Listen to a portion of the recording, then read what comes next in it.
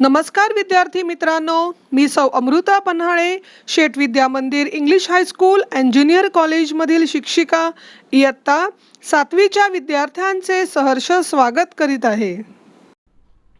आज मराठी विषयामध्ये आपण इयत्ता 7वीच्या पाठ्यपुस्तकातील पाठ क्रमांक 13 अदलाबदल हा आपण शिकणार आहोत।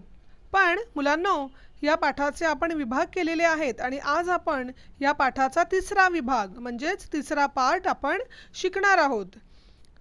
पण मुलांनो, या तिसऱ्या पाठला सुरुवात करण्यापूर्वी मी थोडंसं तुम्हाला दुसऱ्या विभागाविषयी, दुसऱ्या पाठविषयी सांगणार आहे। बच्चों, सेकेंड पार्ट में हमने देखा कि अमृत और इसाब नए कपड़े पहनकर निकल चुके थे और अपने कपड़े ज़रा भी खराब नहीं होने चाहिए यह सोच के ही वह निकले थे।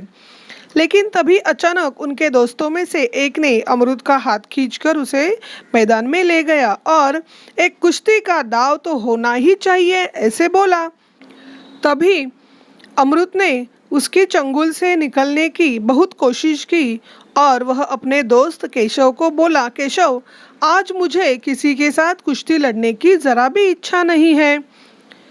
केशव ने अमृत को जैसे ही मैदान में ढकेल दिया तभी सारे बच्चे चिल्लाने लगे, अमृत हार गया, केशव जीत गया, हुर्रे हुर्रे करके।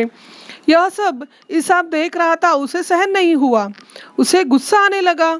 तुरंत उसने केशव को बोला, चल आजा, मेरे साथ कुश्ती लड़ता हूँ, मैं तेरे साथ कुश्ती लड़ता हूँ। दोनों आमने सामने आ गए, दोनों में टक्कर हुई, दोनों लड़ने लगे। उसी में इसाब के शर्ट का पॉकेट फट गया। अमृत के ध्यान में वो बाद में आया और उसी समय वह जल्दी जल्दी अपने घर की तरफ चल पड़े ताकि किसी को पता न चले। अभी हम आगे देखेंगे। तेव्हा तिने फक्त कपाळाला आठ्या घातल्या आणि त्याला माफ करून टाकले। सुईदोरा घेऊन तिने त्याचा फाटलेला शर्ट शिवून टाकला। जैसे ही अमृत के माँ ने देखा कि उसके शर्ट का पॉकेट फट गया है तो वह थोड़ी सोच में पड़ गई और उसे माफ कर दिया। सुई धागा लेके उसकी माँ ने उसकी फटी हुई शर्ट सीने लगी। मुलांची भीती गेली। दोघेही पुन्हा हातात हात घालून बाहेर होळी पेटवली होती ती बघायला निघाले। बच्चों का डर गया। दोनों फिर से हाथों में हाथ डाल के जहाँ होली लगाई हुई थी वहां पर देखने के लिए चले गए।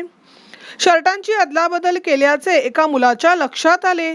त्याने त्या दोघांच्या आनंदावर विरजण घालत टोमणा मारला, असं तुम्ही तुमच्या शर्टांची अदलाबदल केली आहे तर? शर्ट की अदला-बदल की हुई एक लड़के के ध्यान में आ गया। उसने उन दोनों के खुशी के बीच आकर एक ताना मारा, अच्छा तुम दोनों ने अपने अपने शर्ट की अदला बदल की है क्या? आता ही गोष्ट आपल्या वडिलांच्या कानावर जाईल या धास्तीने दोन्ही मुले आपापल्या घराकडे धावली।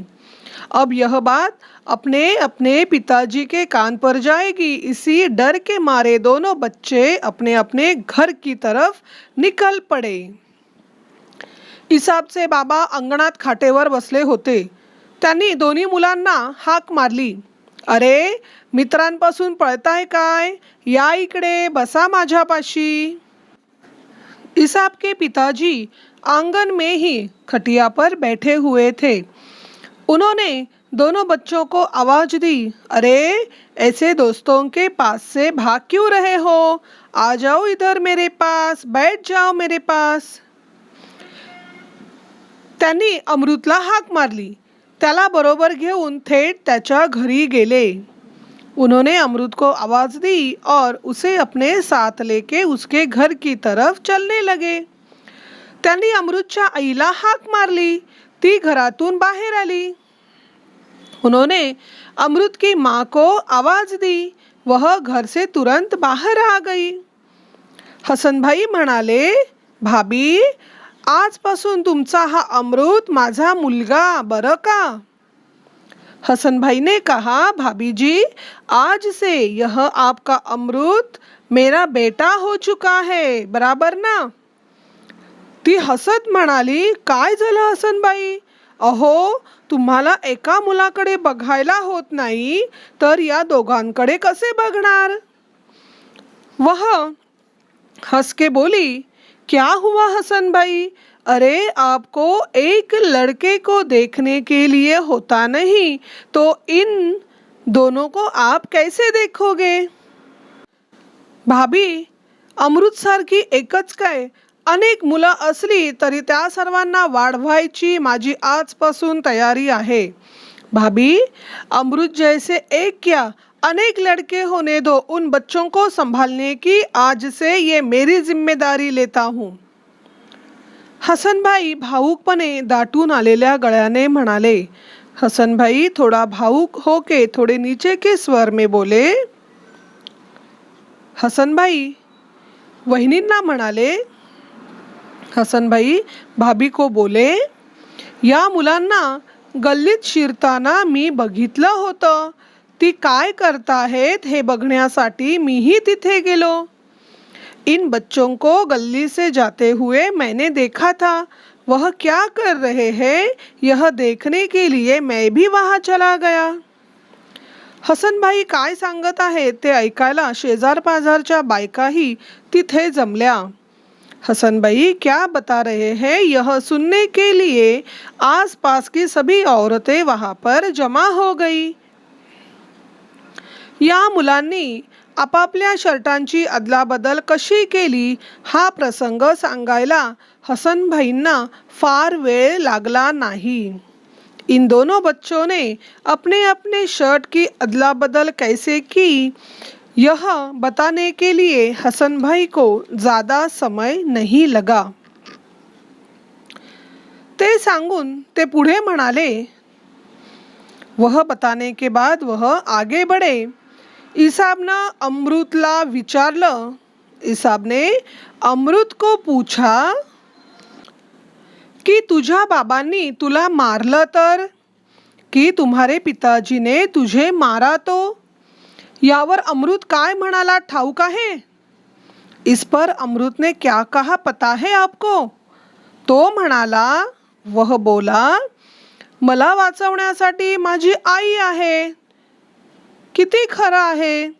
वह बोला, मुझे बचाने के लिए मेरे पास मेरी माँ है.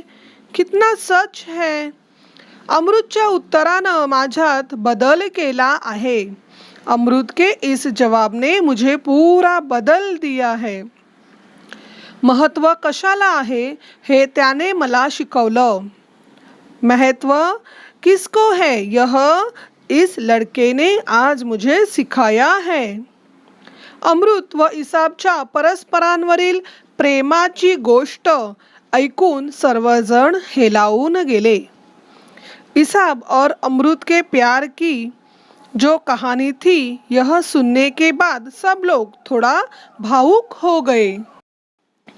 मुलांनो, या तीसरा विभागावर आधारित इस तीसरे पाठ के ऊपर मैंने आपको कुछ शब्दार्थ और वाक्प्रचार दिए हैं.